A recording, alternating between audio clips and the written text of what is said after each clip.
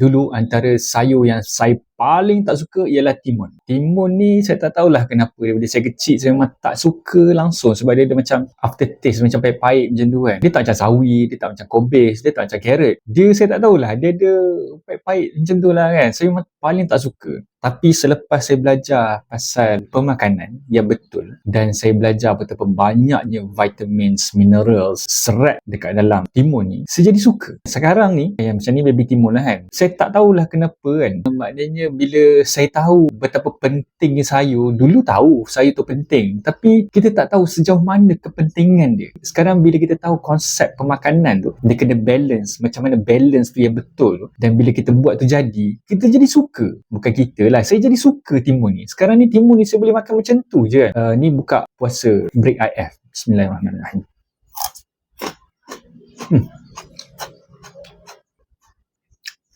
Timun.